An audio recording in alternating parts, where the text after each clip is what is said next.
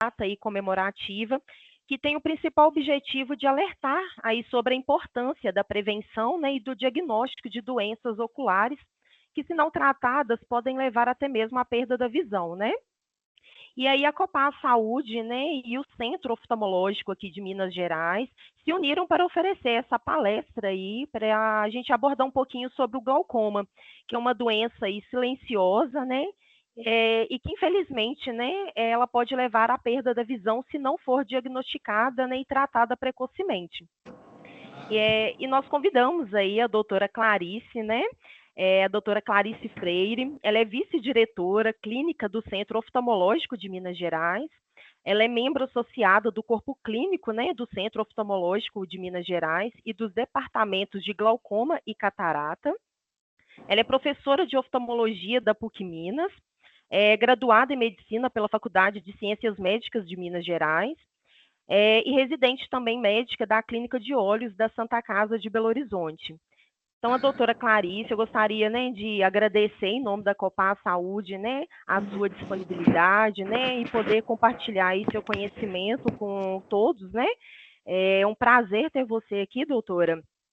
E aí nós vamos começar, então, a nossa apresentação. E antes da doutora Clarice iniciar, eu gostaria de fazer alguns combinados com vocês. Fiquem à vontade para escrever aí no chat qualquer dúvida, qualquer pergunta que vocês tiverem. Caso vocês também tenham, querem abrir o microfone para poder fazer alguma pergunta, podem ficar à vontade. Mas durante a apresentação a gente pede sempre para vocês ficarem atentos para deixar sempre o microfone aí no mudo, né? Para não interromper, para não dar algum barulho, tá bom? E aí no decorrer da apresentação estou verificando aqui o chat e aí a gente vai fazendo as perguntas conforme elas forem surgindo, tá bom? Mais uma vez, muito obrigada, doutora Clarice, e você está com a palavra. Muito obrigada a vocês. É um grande serviço que vocês prestam, né, à sociedade, porque informação e prevenção é sempre o melhor remédio. Então, o glaucoma é uma doença que escolheu muito bem esse tema para o Dia da Saúde Ocular, porque ela é uma doença que pode levar à cegueira e de maneira irreversível. Então, eu vou começar, vocês fiquem à vontade. Eu tentei fazer uma apresentação de bastante fácil entendimento para que o não médico, né, consiga aperfeiçoar o seu conhecimento em relação a essa doença. Então, o que é o glaucoma? O glaucoma, ele é a principal causa de cegueira irreversível do mundo. Ele é caracterizado pelo aumento da pressão intraocular, que pode levar a danos permanentes no nervo óptico. Então, o paciente com glaucoma, ele perde a visão principalmente na periferia. O centro da visão, ele é preservado até o final da doença. Então, é como se ele enxergasse com aquele tapa-olho assim de um animal, de um cavalo, um burro. Então ele começa a trombar nos ambientes, ele começa a esbarrar nas pessoas, sem perceber que isso está acontecendo. Vai tendo essa perda gradual da visão da periferia para o centro. Então, como ele é praticamente assintomático, vocês vão ver nos slides, nos próximos slides. Então, quando o paciente percebe que isso está acontecendo, a visão já foi embora e a gente não tem mais muita forma de atuar na doença do paciente, tá? Por isso que o diagnóstico, o tratamento precoce, eles têm que ser fundamentais, né? Porque a gente pode progredir a progressão dessa doença. Então, eu gosto de usar uma analogia bem fácil para que todo mundo entenda como que funciona essa lesão do glaucoma. Então, imagine um sistema elétrico. Eu tenho o interruptor de luz e eu tenho a lâmpada. Entre os dois, eu tenho um cano com um monte de fios de cobre, tá? Então, usando isso como analogia, eu vou ter o olho. Então, é como se o nosso olho fosse o interruptor, o cérebro fosse a lâmpada, que é onde está sendo a interpretação da visão, e o nervo óptico que liga o olho até a parte posterior aqui, olha, do cérebro, onde é interpretada a visão.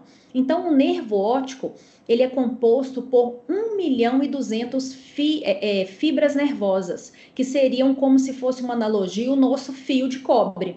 É como se tivesse 200 fios de cobre que levam a informação do olho para o cérebro para interpretar a visão. E onde que o glaucoma entra nisso tudo? O glaucoma, ele é um ladrão de fio de cobre. Ele é um ladrão que vai aos pouquinhos roubando essa fiação. Como ele rouba bem aos poucos, lentamente, progressiva, o paciente não percebe que isso está acontecendo. Então, quando ele vai perceber, foi tudo embora. É aquele dia lá que você tenta acender a luz e a luz não acende. Então, você olha o interruptor, ele não está com problema. Você troca a lâmpada não está queimada.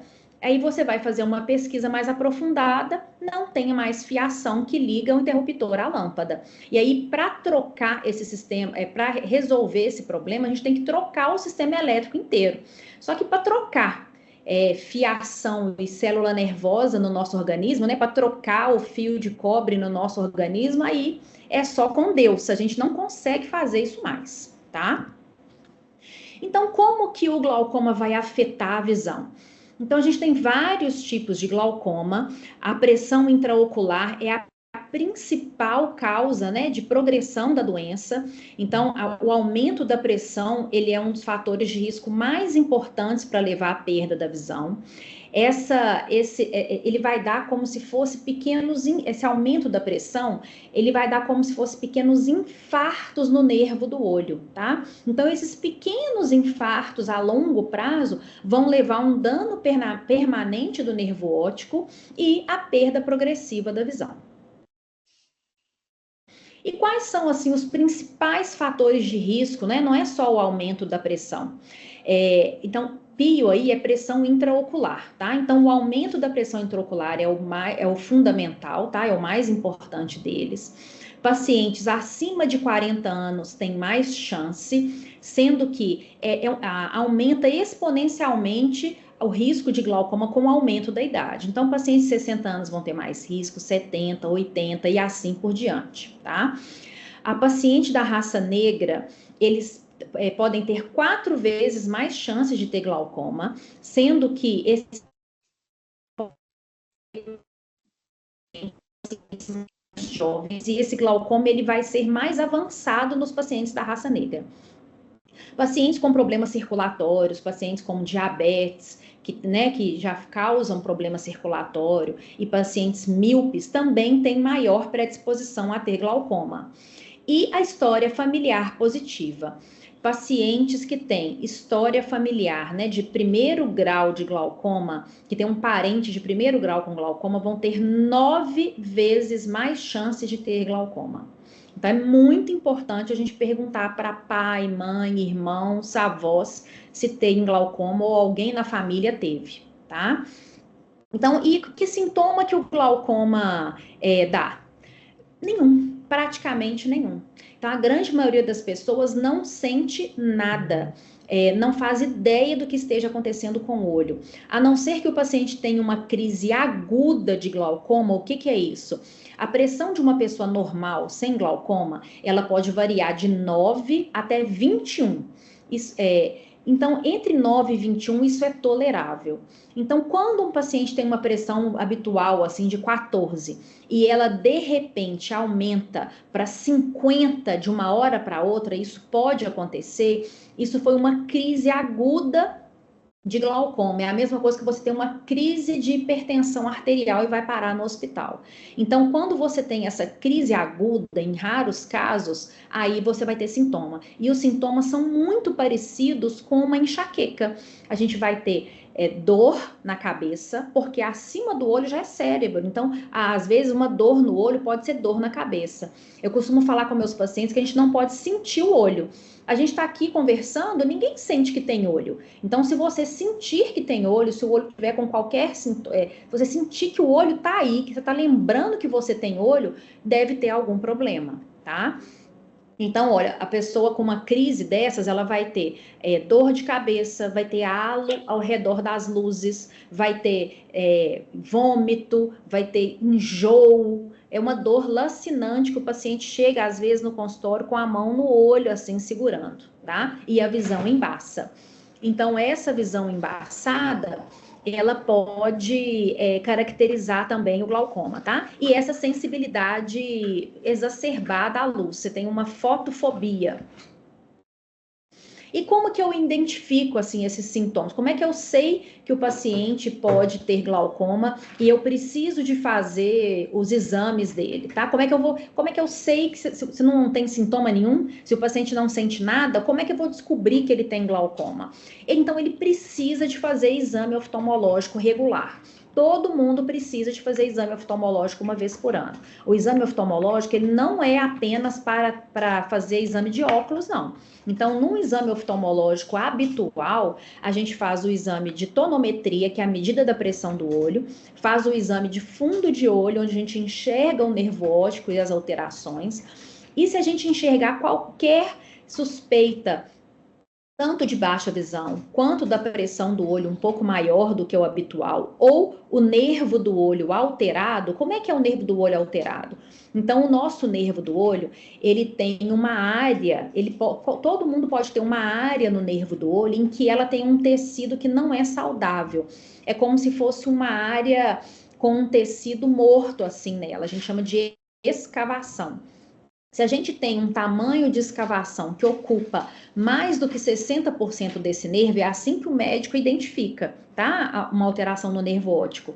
Então, a gente vai solicitar exames para poder saber se aquele nervo óptico, aquela alteração que a gente enxergou no nervo óptico, ela faz parte da pessoa, ela é uma alteração normal da pessoa. Eu brinco com os pacientes que é como se fosse um defeito de fábrica, né? Assim como quem tem, às vezes, um pé grande, uma orelha de abano. Então, a gente pode ter um nervo óptico grande, alterado, mas ser normal do paciente.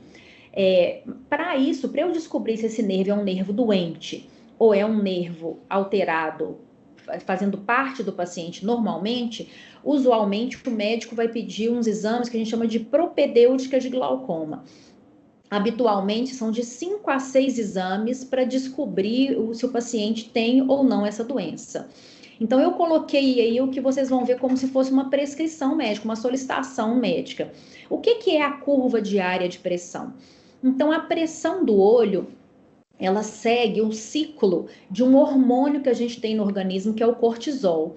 Então, esse hormônio, ele é aumentado em alguns horários específicos do dia, principalmente quando a gente acorda. Então, a curva diária de pressão é como se fosse medida em alguns horários diferentes durante o dia, para que a gente tentar pegar algum pico de pressão alta, porque a pressão não está alta no momento que você ela pode aumentar em outros momentos. Por isso a gente precisa do resto dos exames. Então, gonioscopia é um exame onde eu olho como se fosse o ralinho do olho. Então, eu produzo um líquido no olho e esse líquido ele tem que ser drenado. Então, a pressão do nosso olho é um equilíbrio entre o que eu produzo e o que o olho drena naturalmente. Então, a gonioscopia é o exame desse sistema de esgoto aí do nosso olho, tá? Eu descubro como que ela é. É o que a gente fala se tem ângulo aberto ou ângulo fechado. Quando a gente vai medir a pressão do paciente, eu encosto um aparelhinho na córnea, que é o vidro do olho. Então, eu também preciso saber a espessura dessa córnea para saber a relação que tem, né? Se ela é mais grossa, mais fina, com a medida da pressão que eu fiz, que é esse exame de paquimetria. E aí, como o glaucoma ele leva a lesão da visão do paciente, do campo visual de fora para dentro, eu preciso avaliar esse campo visual do paciente. Porque eu não consigo, a gente não consegue estar dentro do paciente para enxergar, para ver como que ele está enxergando, tá? Então, a gente faz esse exame, que é um campo visual computadorizado, em que ele vê a função da visão do ambiente, ele vê o que o paciente ou onde que ele tem uma deficiência num campo visual de pelo menos os 30 graus centrais da visão do paciente, que é onde tem maior quantidade de glaucoma. Doutora, Clarice, o seu áudio ficou um pouquinho, tá falhando.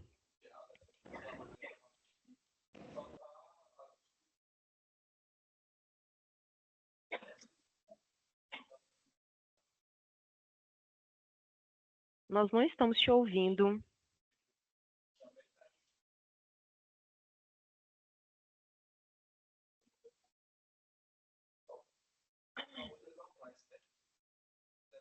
Travou aqui pra gente, doutora.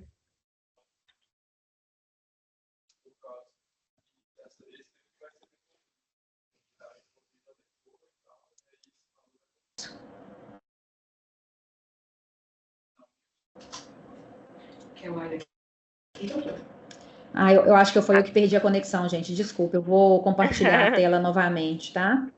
Tá Vocês estão vendo a joia. tela aí? Deixa eu voltar aqui pro. Onde que você me escutou falando até quando?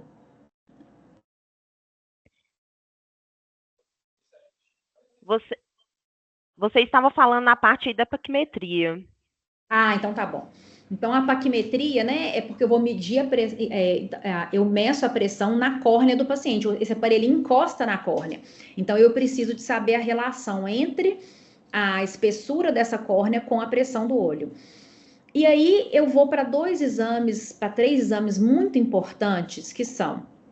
Então, se eu examino, então, a doutora Clarice sabe tudo de glaucoma, eu vou consultar com ela agora. Então, se eu examinar o seu nervo e eu achar esse nervo suspeito, ele for um nervo doente,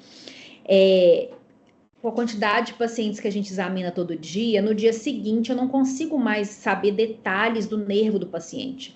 Então, eu preciso de fazer um exame, que é uma fotografia do fundo do olho, que é um exame de retinografia, que com essa foto, em qualquer lugar do mundo que esse paciente for levar essa foto, o médico vai ter condição de avaliar aquela foto, avaliar como que o nervo do paciente está naquele momento e comparar se isso está modificando ou não, para saber se esse glaucoma está evoluindo ou não, tá?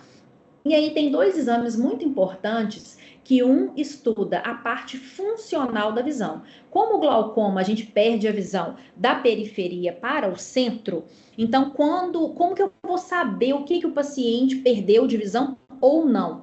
Então, o exame de campo visual é um exame onde a gente joga várias intensidades de luz no paciente, com o paciente olhando apenas para o centro, e o que o paciente enxerga de luz, ele aperta um botãozinho e eu sei que ele está enxergando. Então, eu consigo ver a função da visão do meu paciente com o campo visual.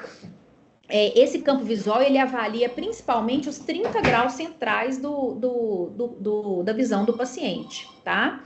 E eu tenho também um exame de OCT, que é uma tomografia de coerência óptica. Porque existem, então se eu juntar, então o glaucoma ele é uma doença complexa, multifatorial, que tem muitos fatores de risco e muita influência de vários fatores diferentes para levar até a progressão da doença. Então tem dois exames que são muito importantes para fazer o diagnóstico, que é essa tomografia, porque se o nervo óptico do paciente ele for suspeito de glaucoma, então ele está lá, perdeu aproximadamente, assim, eu olho para o nervo, ele tem mais ou menos 60% dele ou 70% dele que está numa área não saudável, tá? Que tem uma área não saudável ali. Então, como que eu vou saber, juntando alguns outros fatores, que aquele nervo é um nervo de defeito de fábrica, como eu brinquei com vocês, ou é um nervo doente? Então, essa tomografia, ela mede a espessura da quantidade de fibra nervosa que forma o nervo óptico. Então, mesmo sendo um nervo que às vezes parece muito doente, se eu meço com a tomografia essa espessura dessa quantidade de fibras nervosas e ela estiver dentro da normalidade, é um paciente que tem um nervo alterado, mas ele é normal, não é doença, tá? Então, esses exames aí são exames que a gente usa tanto para fazer o diagnóstico do glaucoma, quanto para poder acompanhar se o paciente está progredindo ou não. Porque o glaucoma não tem cura, ele tem controle. Então, um paciente que é diabético, ele vai ser diabético o resto da vida dele.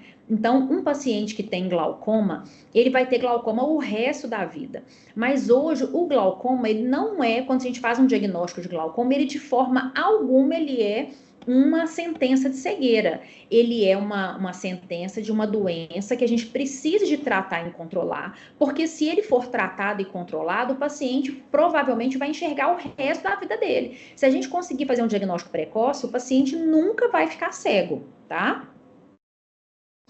Então, só explicando para vocês o que é essa medida da pressão do olho. Então, esse aparelhinho que está aqui, olha, é com ele que a gente mede a pressão do olho. Então, aí a gente vai pingar um colírio anestésico, um colírio amarelo de fluoresceína que cora o olho do paciente, e com esse aparelho aqui, ele chega a encostar no olho, mas o olho está anestesiado, então o paciente não sente absolutamente nada, é que a gente mede a pressão. Então, quando a gente vai fazer um exame oftalmológico, a gente deve... Existem outros tipos de fazer esse exame, que é com sopro também. Às vezes a gente faz isso antes de entrar no consultório, ou a clínica já faz essa medida com sopro para a gente ver como é que está lá essa pressão lá dentro. Mas a gente deve sempre cobrar do médico oftalmologista quanto que deu a pressão do meu olho, tá? Pergunta, doutor, você mediu minha pressão do olho?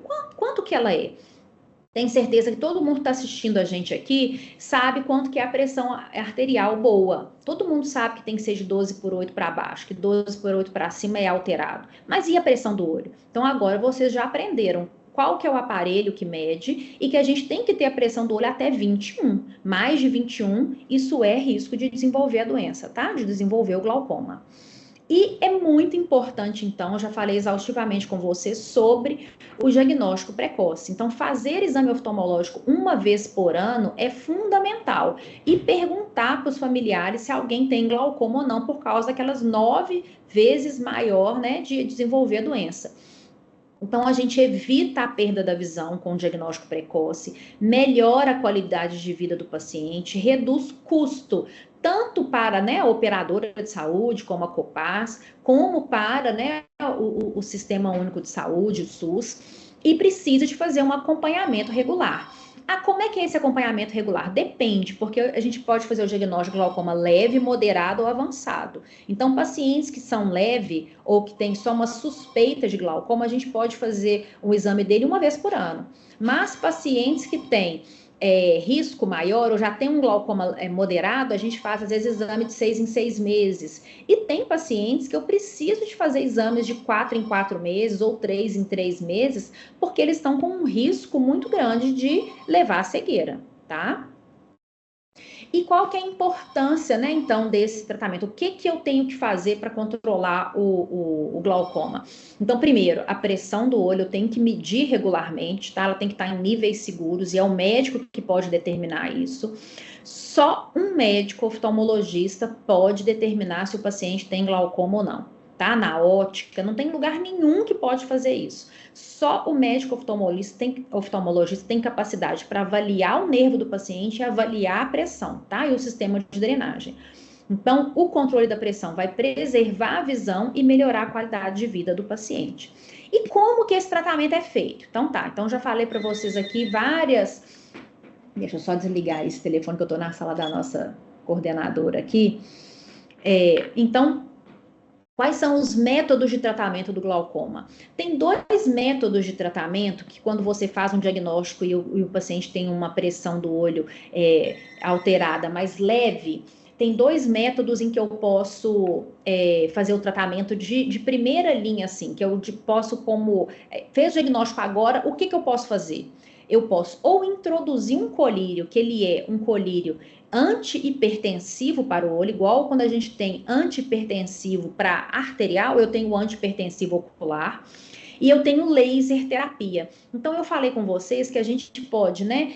Por que essa pressão do olho aumenta normalmente? Então, no nosso olho, eu produzo um líquido que preenche o olho e esse líquido ele é drenado. Ele é drenado como? Então, fazendo uma analogia, eu tenho como se fosse uma tampa de bueiro, eu tenho um bueiro e eu tenho um sistema de esgoto dentro do nosso olho, tá? Então, normalmente, o glaucoma é alterado porque a tampa desse bueiro tá ruim. Ela tá suja, ela tá cheia de folha, o bueiro tá cheio de folhas, então ele não drena a quantidade de líquido que a gente quer. Então, esse líquido acumula dentro do olho, tá? Então, esse sistema de esgoto, existe laser em que a gente faz como se fosse uma reorganização, uma limpeza dessa tampa desse bueiro. Então, limpando essa tampa do bueiro, aumenta a drenagem do líquido do olho e eu, às vezes, diminuo a pressão sem precisar de usar colírio, tá? Então, às vezes, com o laser, eu evito onerar também tanto o sistema de saúde ou o próprio paciente, porque eu adio um pouco iniciar o uso do colírio. Agora, se o paciente não controla a pressão, nem com laser e nem com colírio, existem cirurgias para glaucoma, tá? Elas não curam, mas elas vão controlar a doença. E existem hoje uma gama enorme de possibilidades de cirurgias para o paciente com glaucoma, tá? São muitas mesmo. De novo, só um médico oftalmologista pode fazer esse diagnóstico. Então, concluindo para vocês, né? Então, o que é importante? Fazer consulta oftalmológica todos os anos. Quem precisa de ter uma regularidade maior ou um cuidado maior com a visão? No caso do glaucoma, quem tem história familiar de glaucoma, quem é da raça negra, quem está tendo dor de cabeça frequente, quem tem quem tem a pressão do olho alterada, quem tem o nervo do olho alterado, diabéticos e míopes também tem um risco maior. A gente precisa de fazer o tratamento adequado, um acompanhamento contínuo e manter um estilo de vida saudável, porque a atividade física regular, ela ajuda a controlar também a pressão intraocular. Eu queria conversar com vocês, é muito difícil assim numa aula assim para leigos a gente explicar tudo sobre o glaucoma, mas tem duas coisas que eu acho muito importante vocês entenderem. Falei muito da pressão alta do olho, mas existe uma modalidade de glaucoma em que tem a pressão do olho normal, então a pressão é menor do que 21, e mesmo assim o paciente tem glaucoma. Quando então que isso acontece? Então, alguns pacientes que têm apneia do sono, olha como é que é importante a gente esse estilo de vida saudável e o acompanhamento frequente com médico clínico, com outros médicos, tá? Quem tem apneia do sono grave e não trata, não usa o CPAP, né, para dormir, para melhorar essa oxigenação, ele vai ter uma baixa oxigenação do nosso organismo durante a noite. Então, o primeiro ramo da carótida desse vaso aqui do pescoço é o ramo que vem do vaso que vem para o olho, tá? Então, se você tem apneia, se você não respira direito à noite, se você passa muito período com falta de oxigenação, o nosso coração, ele vai bombear sangue para órgãos mais vitais do que o olho, como cérebro, coração, rim, fígado e pulmão. Então, o paciente que tem uma apneia grave não chega sangue com oxigênio no olho dele de noite. Então, ele também tem a morte dessa célula nervosa, desse fio de cobre nosso, e ele vai ter um glaucoma mesmo tendo a pressão do olho normal. Por isso, a importância do exame oftalmológico com um oftalmologista, em que ele mede a pressão e vê o fundo do olho, tá? Era isso que eu tinha para falar para vocês hoje e agradeço muito a disponibilidade de todo mundo e estou aqui disponível para responder qualquer questionamento, qualquer questão. Espero que tenha ficado claro para vocês aí o que é essa doença tão importante. Ficou muito claro, doutora. Obrigada mesmo por compartilhar. De suma importância, né? É um tema que é pouco falado, né? Então, acho que a gente tem que aproveitar, assim, esse momento para a gente disseminar, né, esses conhecimentos aí. E nós temos aqui algumas perguntas, doutora. A Silvana está perguntando aqui. Olá, bom dia. A visita anual ao oftalmologista deve ser feita a partir de que idade? Olha, quando a gente nasce, a gente faz na maternidade o que a gente chama de teste do olhinho, em que a gente vê se o reflexo do fundo do olho da criança. Depois que vai a primeira vez, né, nesse teste do olhinho, a gente vê o fundo do olho da criança, a gente vai fazer um exame da criança com 6 meses de idade. Depois a gente faz com 1 ano. E a partir de 1 ano de idade, eu devo ir ao oftalmologista uma vez ao ano. Então, assim, a partir de que idade? É desde 1 ano. Todo ano eu preciso fazer esse exame. A idade pré-escolar para diagnosticar, quando o estrabismo, que é aquele olho torto, então a gente tem dois olhos. Então a gente enxerga 2 imagens. O nosso cérebro, ele funde essas imagens para a gente enxergar uma pessoa só ou uma coisa só. Então, quando a criança tem um olho torto, ela vai enxergar 2 imagens, uma de um lado, outra do outro. Então, o cérebro faz confusão. Para não fazer confusão, ele esquece esse olho que está ruim e começa a enxergar com um só. Então, se a gente não trata a criança até os 7 anos de idade, quando esse nervo óptico ele já está completo, quando essa fiação de cobre está completa, ela vai ficar sem enxergar o resto da vida dela. Então, até os 7 anos eu preciso de ver por causa disso. Depois ela está em idade escolar, não tem aprendizado adequado se ela não tiver com o exame oftalmológico em dia. E depois disso, vem as alterações da vida adulta. A partir de 40 anos, a gente perde a musculatura do olho que ajuda a enxergar de perto. Então, a gente precisa de fazer esse controle para enxergar bem. Então, a partir de 1 ano de idade é todo ano.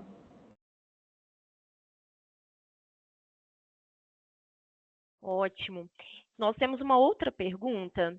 Olá, bom dia. Existe alguma relação de glaucoma com drusas de nervo óptico? A drusa do nervo óptico é como se fosse uma montanhazinha assim que tem no nervo óptico e que dificulta a gente enxergar as estruturas do nervo óptico. Mas quem tem drusa no nervo óptico não tem risco aumentado de ter glaucoma, não, tá? Então, a drusa do nervo óptico, ela só atrapalha um pouco o médico a fazer esse diagnóstico mais rápido. Então, talvez a gente precise desse OCT, dessa tomografia de nervo óptico, a gente vai juntar com os outros fatores de risco, mas a drusa não predispõe a ter glaucoma. E a Dandara perguntou aqui, quais são os cuidados gerais que um diabético deve ter com a saúde ocular? A diabetes, ela altera o sistema circulatório do organismo e isso atinge a retina. E paciente diabético, ele pode ter muito problema vascular no olho. E as alterações principais no olho, elas estão relacionadas com o tempo de diabetes e com o aumento da glicose. Então, o diabético, ele tem que fazer exame anualmente, tá? Algumas vezes ele tem que fazer alguns exames com uma frequência maior. Ele não pode negligenciar essa ida ao oftalmologista de forma alguma e controlar a glicose.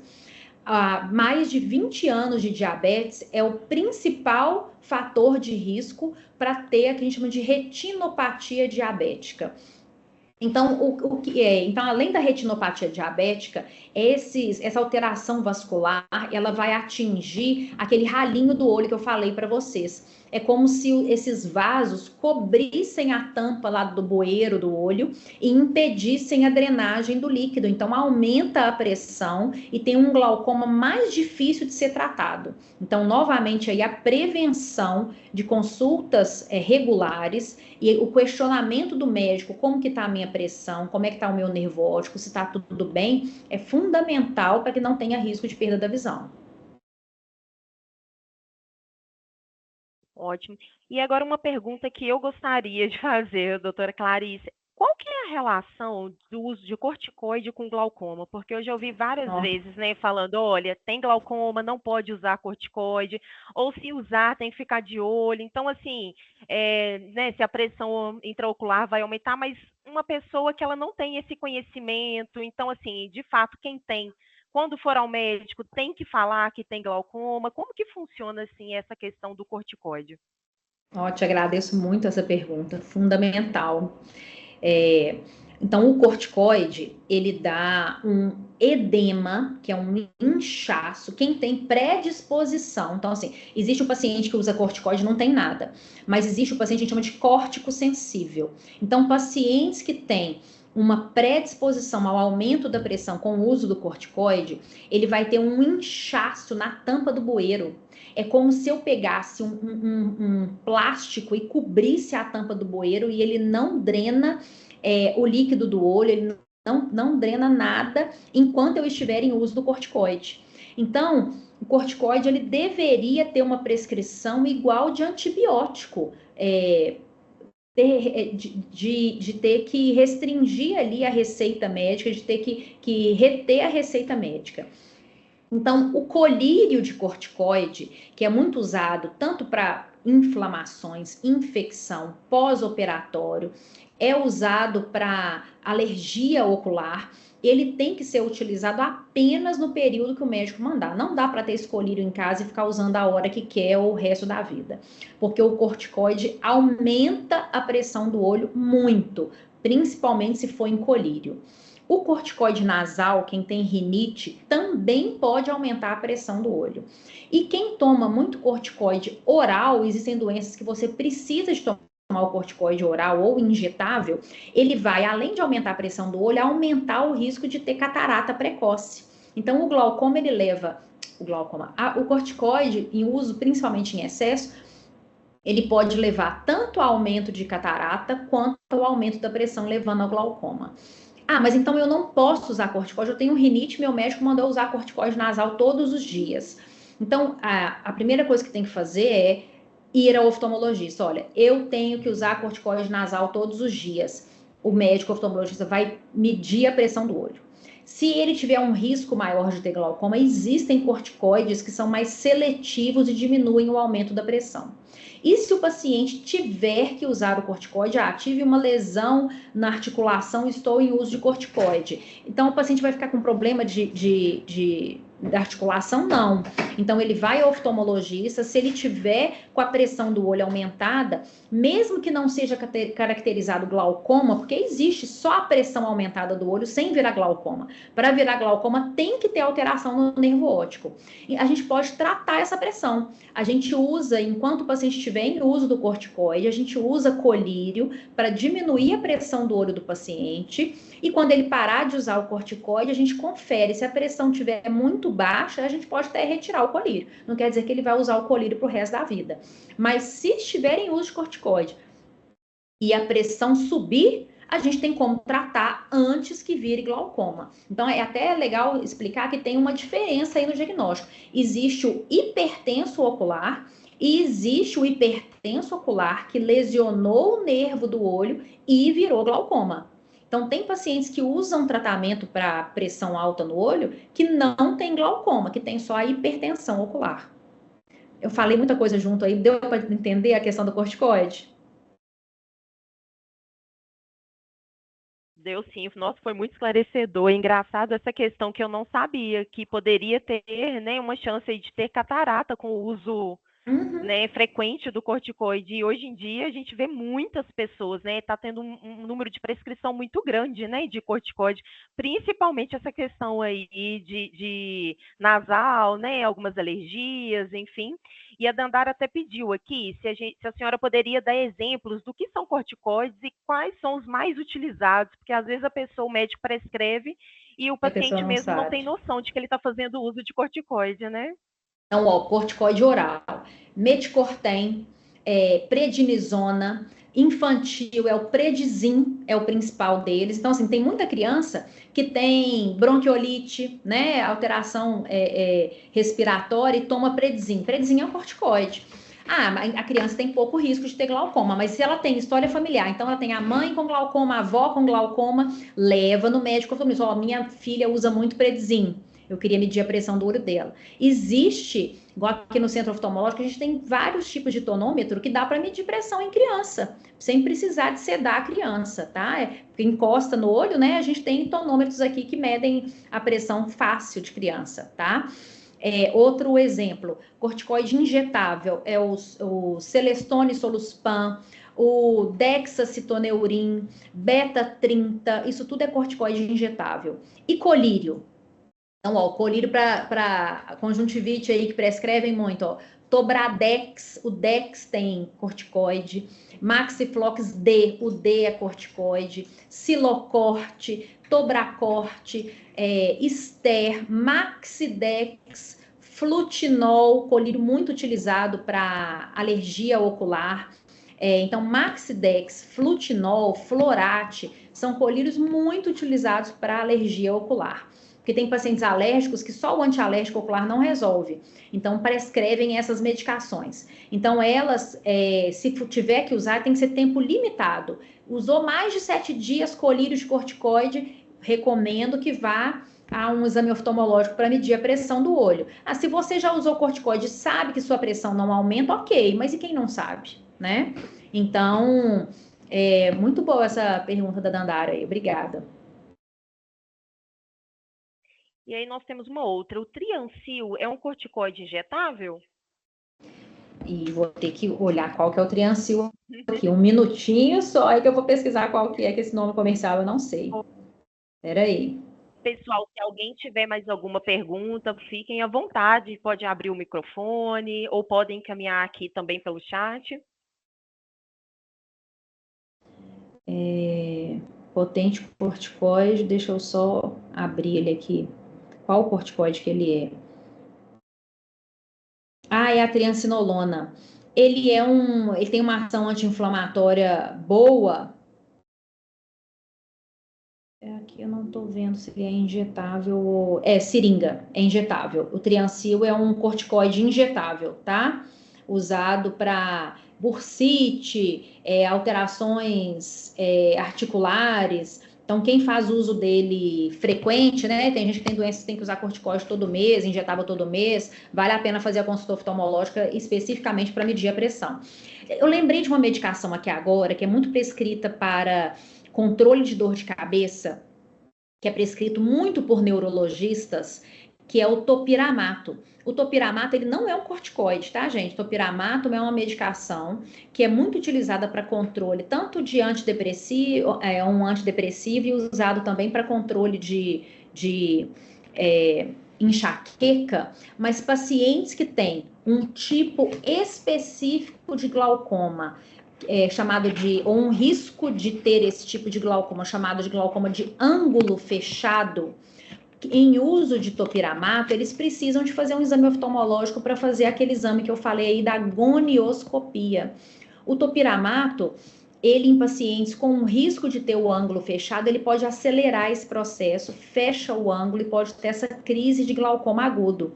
Não tem problema usar topiramato, desde que faça no médico oftalmologista essa gonioscopia. Você faz a gonioscopia, faz o diagnóstico lá, o ângulo do paciente está completamente normal, está aberto, pode continuar usando seu topiramato. Então, a gente não restringe o uso de medicação alguma, desde que, se for necessário, o médico oftalmologista possa intervir. Ah, eu tenho que usar corticoide, minha pressão do olho sobe, então eu vou tratar essa pressão. Ah, não, eu tenho uma pressão que não consegue ser tratada de forma alguma com o uso do corticoide. Ela fica sempre muito mais alta do que todas as medicações, mas eu preciso usar o corticoide, então eu vou operar o paciente de glaucoma, tá? Então tudo tem recurso, mas a gente só tem recurso se o paciente consultar e eu fazer esse diagnóstico precoce.